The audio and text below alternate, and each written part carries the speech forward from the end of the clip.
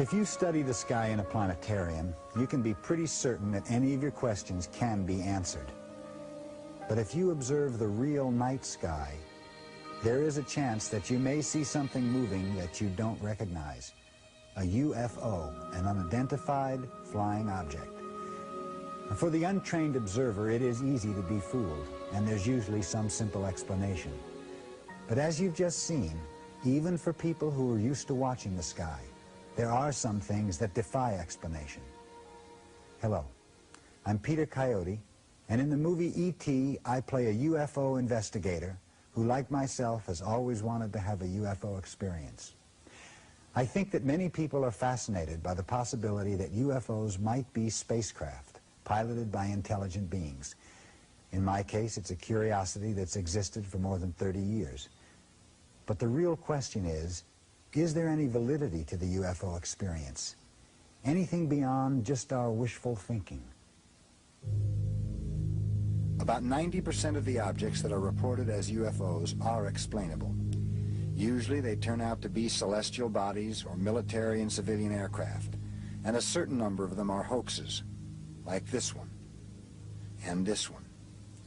To the skeptics, 35 years of investigations have failed to turn up any evidence that UFOs really exist. One of the leading critics is aviation writer Philip Klass. We've had tens of thousands of UFO reports, yet there is not a single photograph of an extraordinary craft-like object that cannot be explained as a hoax or in other prosaic terms. There is not a single physical artifact, not a residue, that would say something extraordinary is underway. Then are UFOs just part of our modern mythology, reflected in Hollywood films? All through history, mankind has always looked to the skies for help. In times of tension, they've always looked to the skies, and today, when we have the fear of nuclear holocaust, of overpopulation, of pollution, of the energy crisis, my gosh, what's more natural for the people than to say, wouldn't it be nice if some intelligences could come in from above and help us out with all this stuff? Astronomer Alan Hynek has been studying UFOs for over 30 years now, and he's convinced that there's nothing fictional about them. Starting as a complete skeptic, I underwent a transformation, and now I've simply, I guess the best way of saying it is it's an itch that I just have to scratch. It's there, and I feel that we have a phenomenon that is, could be of tremendous potential importance to the human race. I feel that strongly about it. So who is right, the believer or the skeptic? In a moment, we'll look at the evidence for some answers.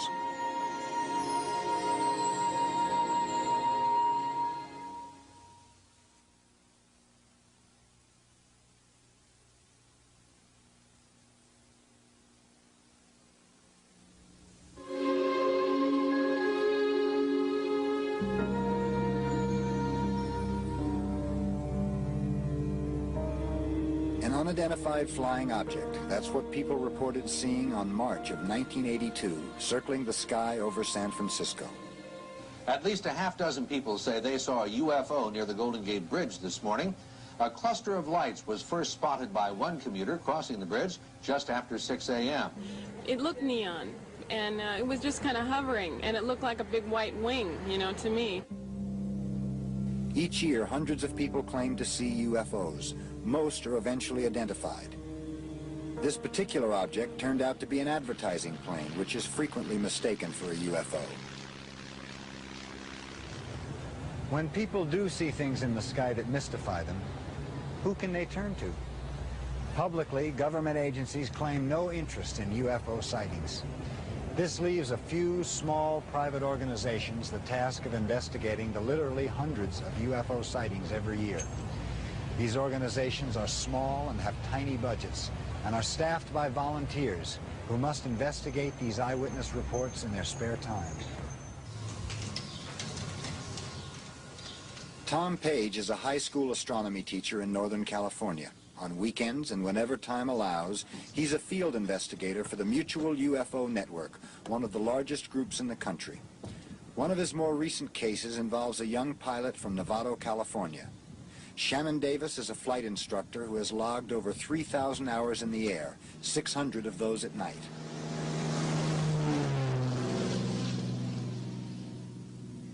His sighting on the night of November 5th, 1980 is typical of the 5 to 10% that remain unidentified. I noticed the light off of my left wing at about the 7 o'clock position of the airplane. And because I was in radar contact with Oakland Center, because of the IFR flight, I asked them how close that aircraft was from us, and they said that they didn't show anything on radar out there. Then I noticed that it pulled up alongside my left wing. It was a bullet shape, rounded at the front, that widened out and then tapered to a point at the end. But one of the things I really wondered about it is around the main body, the center of it, just past the nose, there was a ring spinning around it. And it did a couple of things simultaneously. What happened is the pulsation quickened up on the nose, and the whole thing went to a very bright color. At the same time, the ring seemed to spin faster till that whole ring disappeared, and with a matter of seconds, the brightness of the object appeared to be just like a glowing bright fireball. And I kind of jumped because at first I guess I was thinking it was some kind of missile that was detonating, and the thing took off forward, and it shot out to forward of the nose. I estimated about 2 or 3 miles ahead of the aircraft, and it made an instantaneous 90-degree right-angle turn, and it went vertical until it went up out of sight. And I sat there looking at it, and I didn't know what to think. 5 minutes later, Shannon saw the object again, and it repeated the same pattern. Only this time, 2 pilots flying in the opposite direction also saw the UFO.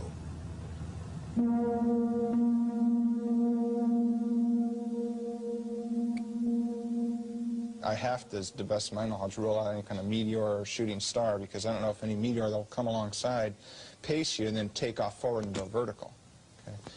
Any kind of spacecraft or military aircraft, technically that was defying all physical laws by making an instantaneous 90-degree turn. According to the laws of physics, that can't be done. And, you know, I watched it do it twice. The first step in any UFO investigation is to check out witness credibility. In this particular case, it was easy since Tom already knew Shannon. I first met Shannon Davis as a student in one of my classes. As far as the credibility of the witness in this case, I feel that this particular individual is telling the truth. I think he's a very truthful individual. He had no reason to lie. And at the time, he didn't want any publicity. Now he said that he would be willing to make this public just for scientific information. But one witness does not make a strong case, so Tom tried to locate the other 2 pilots. There's a possibility in this particular setting that there were 2 other witnesses, 2 pilots who saw something come out of an overcast above Shannon. I do not know what airline they were from, and Shannon didn't either, and we're unable to contact them. And what about radar? During the encounter, Shannon radioed Oakland Center Flight Facility, but their response was negative. If a pilot were to inform us that he had a sighting of a UFO in close proximity, we would not be able to distinguish between he and that UFO. It would be all one target to us. Could the object have been man-made or a natural phenomenon? None of those things could do the things that this particular object did, moving forward at a high speed, making a right-angle turn. Possibly a military aircraft could, but the military certainly wouldn't be telling us about it. The case closed. This is how the evidence stood. Was the main witness credible? Yes. Were other eyewitnesses contacted to support the story? No. Was the object tracked on radar? No. Could the object have been man-made or some celestial body? Inconclusive. That's the problem we have, is that we're basing the whole UFO study on the report of witnesses, and we have to just determine whether these witnesses are telling the truth or not. Shannon believes he saw something extraordinary, and Page agrees with him. But to the doubters, without hard evidence, they're inclined toward a more conventional explanation. There are dozens, simply dozens of things to be seen in the night skies. And I say to any of your viewers, if they will go out tonight, if it's a clear night, and spend 3 hours looking at the night skies, I can almost guarantee them they will see something that will surprise them, something unusual.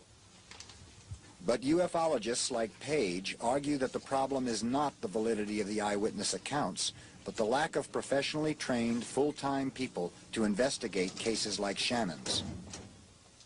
Look, we wouldn't have gone to the moon if we'd had to depend on people who could work only on weekends and without salary as a hobby. What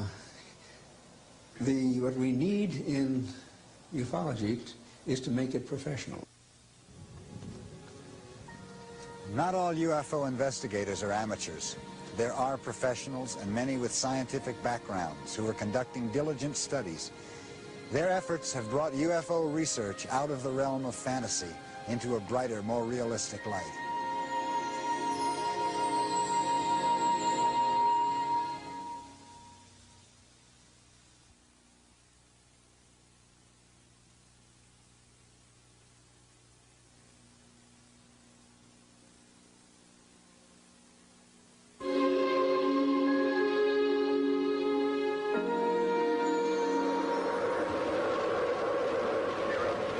In the last 40 years, technology has moved us from an earthbound existence straight into the outer reaches of space. And now that technological know-how is being used to try and unravel the UFO mystery. John Schuessler is a mechanical engineer for McDonnell Douglas and NASA. Here at the Johnson Space Center in Houston, Schuessler has worked on several space programs, including Skylab and the Space Shuttle. Schuessler's lifelong interest in UFOs prompted him to bring together other interested aerospace workers and form a group called VISIT. Our Project VISIT is a very unique organization in that our acronym stands for Vehicle Internal Systems Investigative Team. And by that we mean that UFOs, if they exist, must have internal systems, as do our spacecraft, such as the Space Shuttle. We feel that by investigating cases where there are unique attributes, and that it is time that world governments officially acknowledge materials, metals, photographs, anything technological, that we can take the end result and model it, backtrack, and define and design exactly what happened. Over the past several months, Schuessler and his group have accumulated a file of 100 cases of UFO encounters in which people were injured. One of the most intriguing cases that Schuessler and his group are investigating involves these women, Betty Cash, Vicki Landrum, and Vicki's grandson, Colby. In December of 1980, the three of them encountered an unusual object on the outskirts of Houston. We had been driving out this country road, which it is a very desolate area, and all of a sudden we seen this object. So I didn't know whether to stop, to back up, keep going, or what. So we just kept driving. We thought, well, maybe it's an air balloon or something, you know, weather balloon or something. But the closer we got, we could tell that either it was going to be us or it, because it kept getting lower and getting hotter. And this object come down almost to the treetops, almost ahead of us, and I screamed for Betty to stop. And I think if she hadn't stopped and we went on under it, we would have burned up.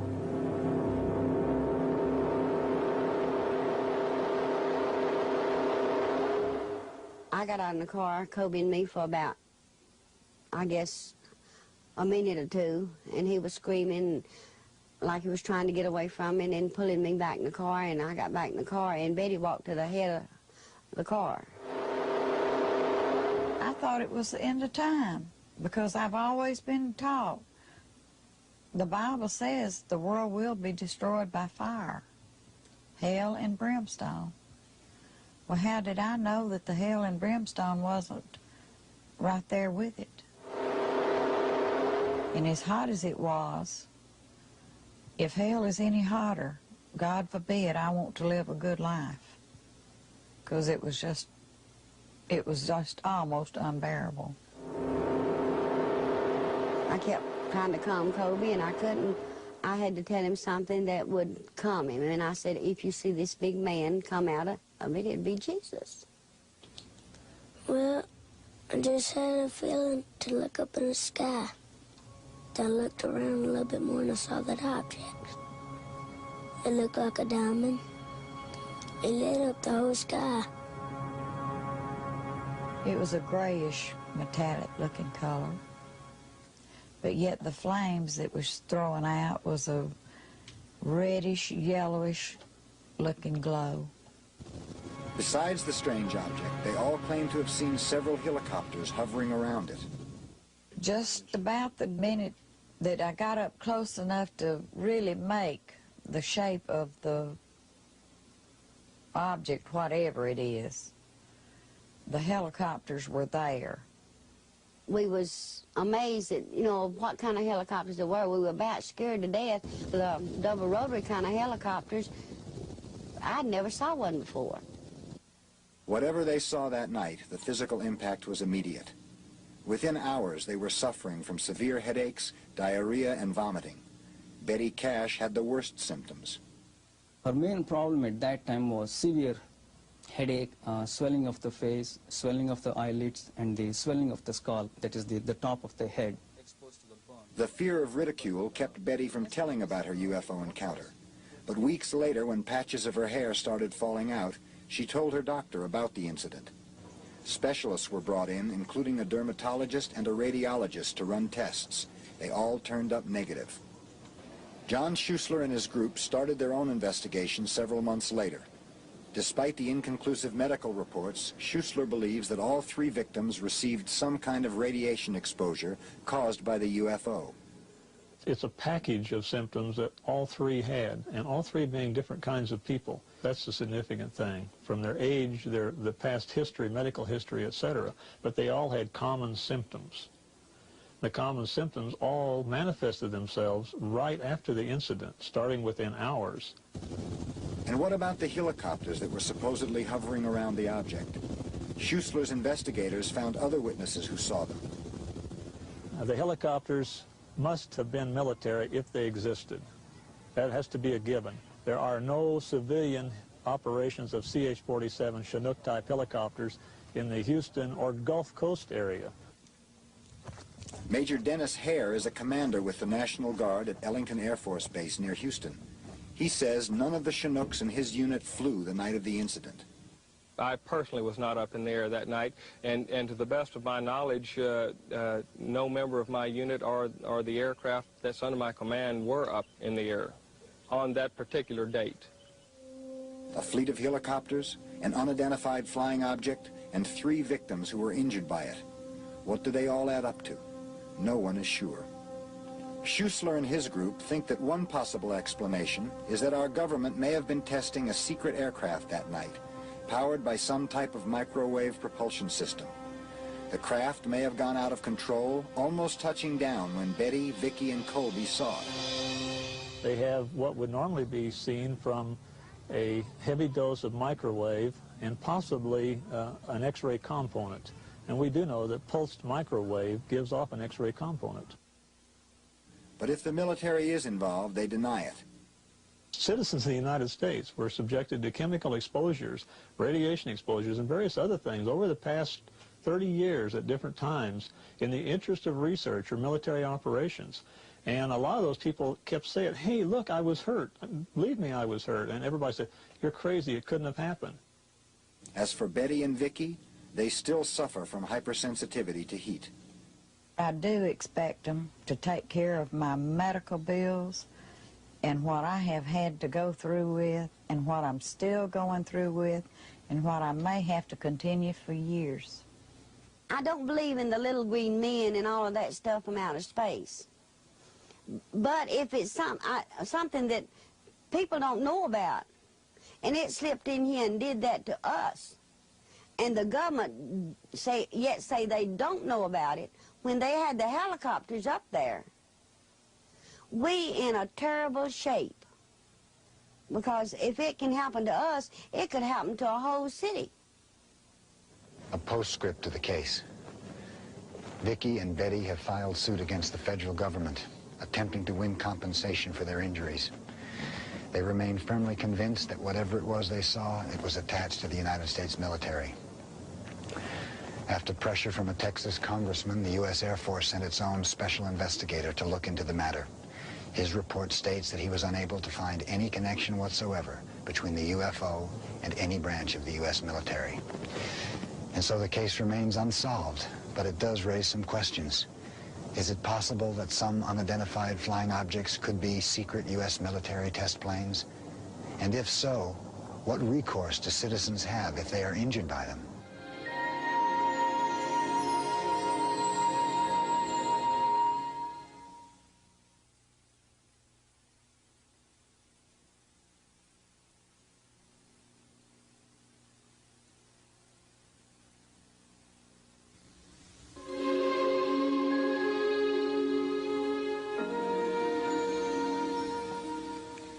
The earth, it's so beautiful. Where is it? Below me, And what are you doing? flying around. We're leaving the earth. Under deep regressive hypnosis, Carol Del Duca is recounting a bizarre story in which she was whisked away in a spaceship. Her husband Joseph, also under hypnosis, tells the same story. Is it real or imagined? In the whole area of UFO experiences, the strangest and most controversial are the abduction cases. Since the early 1970s, there have been well over 300 incidents of people claiming to have been forcibly abducted and taken onto spaceships where they met extraterrestrial beings. These incredible stories have divided UFO investigators. Our own examination of this began with Joseph and Carol Del Duca's own story. It's sort of like a glow on the outside. The Del Duca case was investigated by Dr. Richard Sigismund, a social psychologist in Boulder, Colorado. Their story begins late one night while driving down a lonely stretch of highway on their way home from a trip with their 4-month-old son. All they can remember is seeing 4 UFOs. Only under deep hypnosis do they begin to fill in the lost hours. 4, 5, sleep. Joe and Carol are each hypnotized separately, but relate similar stories. Pulling into the woods. You're pulling into where? The woods. What are you doing there?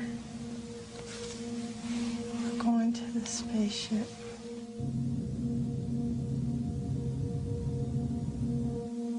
Going to a what? A Carol? spaceship.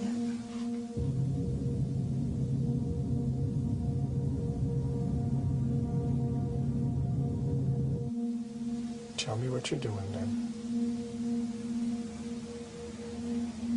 Going into the room.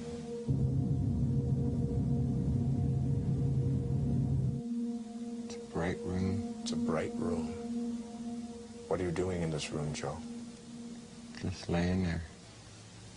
In these rooms, Joe and Carol talk about undergoing some kind of physical examination. They're looking at my feet. They're looking at your feet, you said? Yes.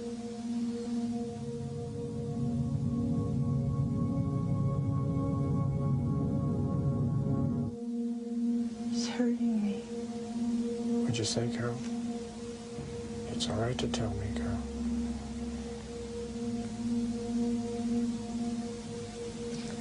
They're hurting my ankle. They're doing what? They pulled on my ankle. It feels like they broke it.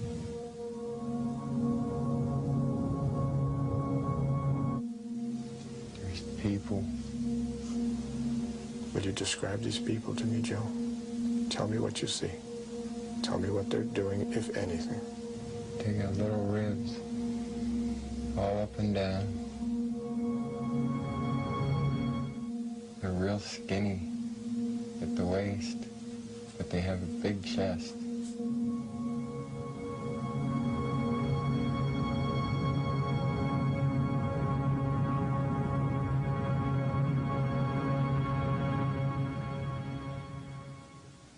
It's clear that Joe and Carol are reliving an intensely emotional experience, especially Joe, who describes an unusual meeting with one of the entities. He just pulled me out. Pulled you out of what, Joe? Out of my body. I'm one, but I'm two. He's so nice. He's warm.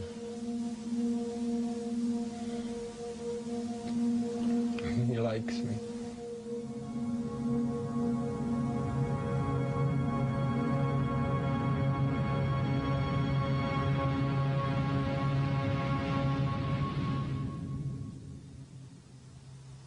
Were Joe and Carol abducted by aliens from another world, or did they imagine it?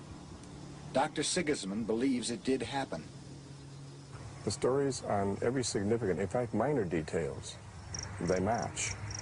Even though each individual had distinctly different type of experience, which they relived under the hypnosis.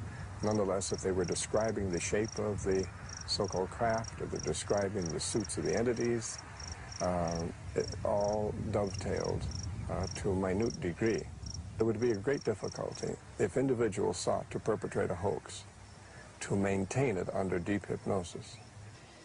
We sometimes doubted ourselves. Did that really happen? That's incredible.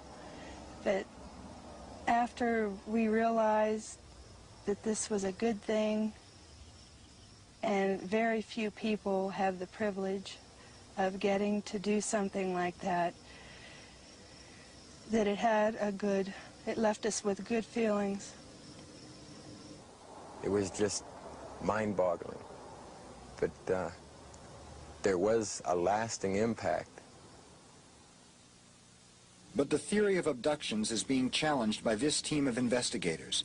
Dr. Alvin Lawson, an English professor at Long Beach State University, Dr. William McCall, a medical doctor who specializes in hypnotism, and John Herrera, a writer. They demonstrated for us a basic experiment. And that it is time that world governments officially acknowledge She was abducted, and a volunteer who is told to imagine an abduction. The result? Both stories are similar. What is it that you're seeing? They're shapes, and they're looking down at me. They're tall and slim, with large eyes, long fingers. It's like this bright light in their heads looking down at me. But they're like shadows. Mm-hmm. And something's passing across. Yes. It's sort of like a piece of something. They're looking into my eyes. There's no communication that they know what I'm thinking. No verbal communication. It's like they're bleeping something at me, like electrical impulses or something. In general, the imaginary and the real experiences, as we've experienced them here, are identical. I mean, there are no real substantive differences. All of these indicate to me that, and to my colleagues, I'm sure, that the imaginary, or that the abduction narratives aren't real physical experiences. That is, there are not aliens coming here. And they indicate, however, that the people believe that something might well have happened to them. This is what's so fascinating. I think something quite real in psychological terms is happening to these people. I don't think little green men are doing it. I think we're doing it, or the mind is doing it to us. Experiments by Lawson, McCall, and others seem to prove that abductions are essentially psychological. This does not invalidate them, however, and they are still happening to people all over the world.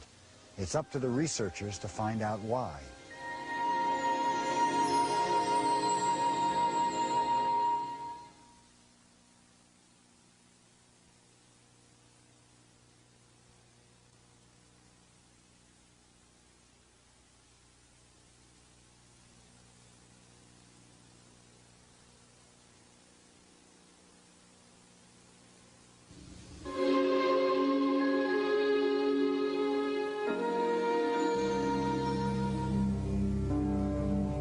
Guatemala City, 1976. A TV crew is shooting a commercial when they suddenly spot something strange flying overhead. To this day, no one has been able to identify it. But as spectacular as it appears, this videotape and other forms of pictorial evidence have only limited value in our understanding of UFOs. Richard Haynes is a research scientist who has studied many photographs. In order to make sense out of photographic evidence, it's extremely important to know a great deal about the photographer, about the camera system he uses, about the development process that is used, and in general about the context in which the picture was taken. Oftentimes we come across photographic evidence long after the fact, and because of that we don't have much of that fine detail information that we need to do a good systematic analysis. But with the development of sophisticated image enhancement equipment, investigators can gain new information from photographs. Haynes demonstrated how this can be done by analyzing this particular photograph. The picture of a tiny object trailing a plane has long been considered by ufologists to be a good example of photographic evidence of a UFO. But skeptics claim the object is really something on the ground. To try to settle the question, Haynes had the photograph put through a process called color enhancement. This gives the picture more detail, allowing Haynes to do a more extensive analysis. What our analysis has just shown of the digitization of this photograph is that the darkness of this major disc-shaped image right here is very close to the same darkness as the tail structure here of the airplane, the wing tank, and the main body. And we find that there's no objects on the ground at that equivalent range with the equivalent darkness. Now, what this suggests then is that in fact it's an airborne object. But even faux enhancement equipment has its limits. In the final analysis, however, we're stuck with an image of something we don't understand. If that enhancement process shows the image to be an airplane outline, we're home free. But on the other hand, if it shows a symmetrical airform, an oblate spheroid, for instance, with no means of propulsion or support or lift, we're right back where we started, you see. So photographic analysis must be coupled with a very creative approach on the part of the photo interpreter. So without additional evidence, photographs of UFOs really prove nothing at all. But when there is additional evidence, ufologists believe that they can make a strong case. And right now, we look at one of their strongest. No other pictorial evidence has created as much interest as these images shot from an airplane during the early morning hours of December 31st, 1978. This is the New Zealand film, considered by most experts to be the single strongest evidence of a UFO ever captured on film. To most of us, it may not seem impressive, a small, bright light in the night sky off the New Zealand coast. But it is the only case of a UFO that was seen by several pilots and crew members, picked up on radar and photographed on several thousand frames of 16mm color film shot by a TV crew. It appears to have a brightly lit bottom and a transparent sort of sphere on top, so it appears to be, well, like a flying saucer. No one has studied the New Zealand film more than this man. Bruce Maccabee is a physicist who spent over a year analyzing the film. Now, my claim is that having looked at the film and the whole sighting in general, that the film shows objects which cannot be identified by conventional means. To arrive at that conclusion, Maccabee first flew the same route in which the sightings were made. He set out to disprove one of the first conventional explanations offered, that the object was a celestial body, like Venus. The lights that they were talking about was below the level of that mountain range. In other words, silhouetted against the mountain range, if you wish, rather than above the mountain range. So I don't see any celestial body that could have done that. Also, if you look at the image carefully, you will see it does strange things, like when it tends to fade out, it changes its shape from being sort of oval to sort of thin in a vertical direction, and then just fades out. Other skeptics suggested that the light came from squid boats, which use bright lights to draw squid to the water surface. To eliminate that possibility, Maccabee made a direct comparison between a squid boat light and the light in the film. The squid boat picture clearly shows a reflection in the water extending underneath the image of the squid boat, sort of a dull reddish triangular reflection extending downwards. In none of the images in this UFO film have I been able to find any indication of a reflection in the water, which you would expect if it's a squid boat. According to air controllers, their radar picked up the object and estimated the distance to the airplane at between 10 to 20 miles. Using a densitometer, an instrument that measures film density, Maccabee was able to determine the object's brightness. If the light source had been, for example, 10 nautical miles away, then it was putting out a power equivalent to several 100,000 watts worth of incandescent light bulbs. A several 100,000 watt source is not a small amount of power. That's an awful lot of energy being used up, and they saw this thing for 15 minutes, so it must have been a considerable source of power by itself. But the most amazing conclusion that Maccabee reached centered on these last few feet of film, shown here in extremely slow motion. It shows the object flashing from bright white to a dim red and then orange color. The periodicity of this flashing is essentially perfect for 30 cycles. Now, such a regular flashing of a light implies intelligent control.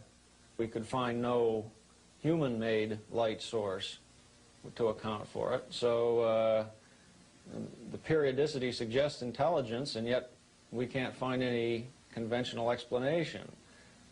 So that suggests that we have some sort of an intelligence on our hands here, and that removes it beyond the pale of science, I'm afraid. No one has yet been able to refute any of Maccabee's work. He believes that the significance of the New Zealand film goes far beyond the scope of just one case. The hard evidence left over in this case suggests we have something which cannot be explained in conventional terms, and that opens up a new field of investigation in science. It suggests that we should go back and rethink what we've been saying about other UFO cases.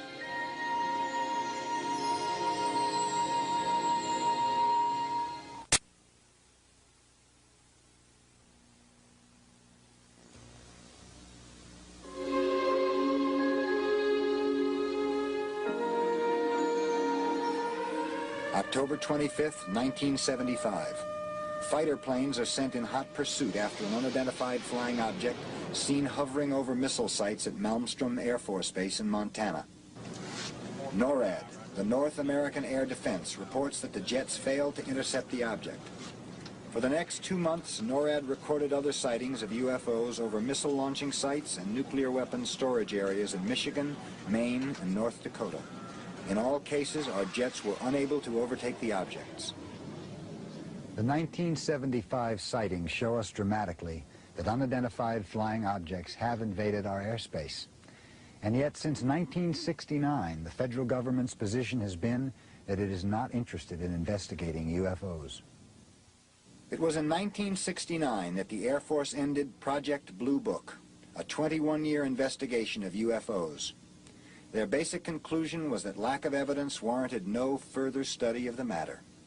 There was no evidence of threat to national security. There was no evidence that we had been visited by extraterrestrial vehicles. And finally, there was no evidence that after evaluating these UFO sightings, that there was any indication of scientific knowledge, the existence of scientific knowledge beyond the present state of knowledge. But government documents on the NORAD incidents, as well as thousands of other reports, reveal that the government continues to investigate a phenomenon that is much more than just a few isolated incidents. Since 1969, as many as 10 governmental agencies have been involved in UFO inquiries, including the CIA, the FBI, the National Security Agency, and the Air Force. Attorney Peter Gersten has led the fight to unearth these documents on behalf of a group called Citizens Against UFO Secrecy. The documents confirm the reality of these unconventional objects, and there is furthermore evidence that these objects exhibit a technology that is beyond present-day technology, an advanced technology, a more sophisticated technology. A graphic example of that technology was reported in this document about an incident on September 19, 1976 in Iran. An F-4 jet similar to this one was sent to intercept unusual objects seen over the city of Tehran. As the F-4 approached the brilliant object, the jet lost all instrumentation and communication. Later, when the jet tried to shoot a missile at a second object, the F-4's weapon control panel went dead. What makes this incident interesting and significant is that it involves the malfunction of an American-made defensive tactical weapon system, specifically an F-4 jet.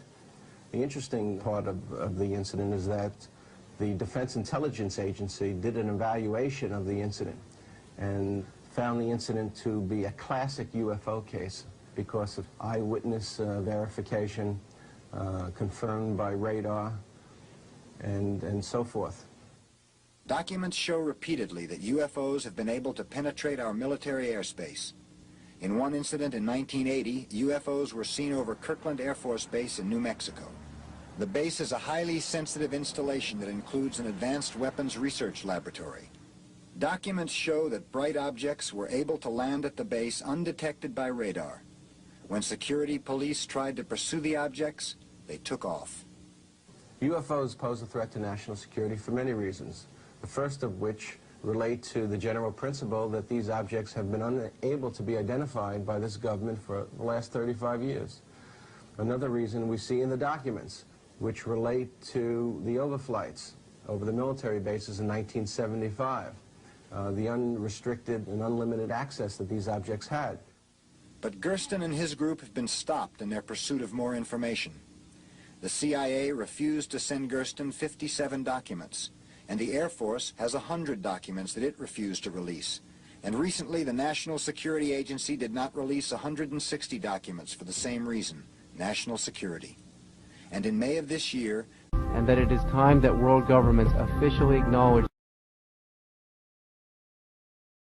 would be both embarrassing to the agency because it would show once again that the objects exist, that the objects are an advanced technology, and the objects do in one way or another pose a threat.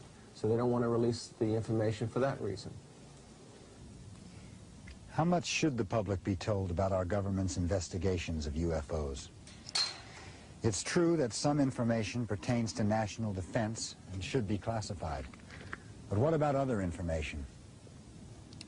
What's needed now are not more secrecy-shrouded investigations, but a joint effort between government and scientists dedicated to unraveling the UFO mystery. Because it's obvious that Project Blue Book was not the last word on the subject.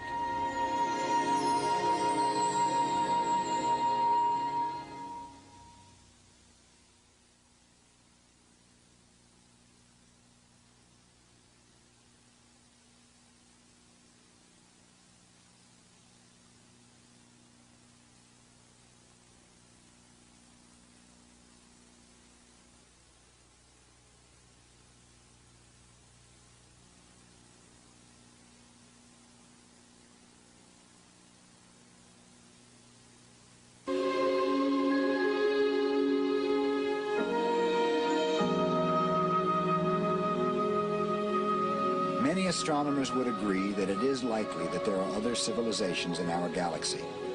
But most astronomers doubt that we have been visited by aliens. You see, no other civilization could know in advance that we exist, because our only means of telling them about us are by radio waves that we broadcast into space, and we've only been doing that half a century, which means there's a big sphere of radio radiation expanding outward at the speed of light. That's how fast radio waves go. Now about 50 light years in radius. And even with the most optimistic guesses, the most likely nearest civilization is many times further away than that. So any extraterrestrial spaceships visiting Earth would have to have been cruising around sort of at random, looking in space in general. And if you work out the numbers, it turns out you'd have to suppose that every conceivable civilization that could exist would be launching ships at the rate of one every few seconds to account for the number of reports of UFOs that are made here on the Earth. If not aliens, then what do UFOs represent? For scientists like Abel, the answer is very little, if anything. I think it's fair to say that members of the scientific community would be extremely delighted to investigate UFOs very seriously if there was anything concrete to investigate. The difficulty is, the more you look into it, the more you find the evidence is hearsay or slipshod evidence or things which we can very well understand without the need to investigate. I can appreciate the desire of the physical scientists, the so-called hard scientists, to have what they call hard data. I would like it too. But when you have a phenomenon that doesn't seem to produce the hard data, one might as well have asked Sigmund Freud, what is the hard data in dream analysis? What do you take in the laboratory? What do you put under a microscope in dream analysis? And yet we have the whole structure of psychoanalysis today. And so we've come full circle around the subject of UFOs, and it's a standoff between those who believe and those who don't. But it seems to me that ufologists have a strong case when they argue for a serious investigation of the phenomenon, because scientists who dismiss UFOs are either unwilling or unable to refute the most outstanding cases, like the New Zealand film. If documents show that sightings over military installations are taken seriously by our government, shouldn't that be investigated? If a videotape shows an object that defies identification, shouldn't it be analyzed? And if people believe they were abducted by aliens from outer space, isn't that a subject that merits psychological study? Dr. Haynes and others say yes, and they make a plea for time and money to do a thorough investigation of the strongest UFO cases. But even more important, they want their fellow scientists to keep an open mind. Because we're dealing with a phenomenon we don't understand. And because of that, we need to keep every avenue open in terms of the approach taken to understand it. It might take physics, some breakthrough in molecular physics, let's say, or plasma physics. It might take some understandings of the psyche, of the unconscious. It might take a combination of the two. It might take some totally new field of science we don't have yet. Ufology today is in the state, I would say, that, say, chemistry was when chemistry was alchemy. A mixture of superstition, wild ideas, unproved claims, and yet out of that whole mess, finally, the very first-class science of chemistry evolved. And I think the same thing is going to happen eventually with ufology. But right now, it is a mess. There's a fantastic amount of wishful thinking, of desire, of pseudoscience, of pseudo-religion, of cultism. But eventually, I think that will all finally sink to the bottom, and we'll have, out of the whole thing, a clear liquid of something that we can really see, and I hope understand. It doesn't seem likely that the government will join with scientists in a complete public investigation of the UFO phenomenon. And this leaves the job to be done by the Allen Hyneks and the Richard Hayneses and the hundreds of investigators all over the world struggling against all odds to make some sense of the UFO experience.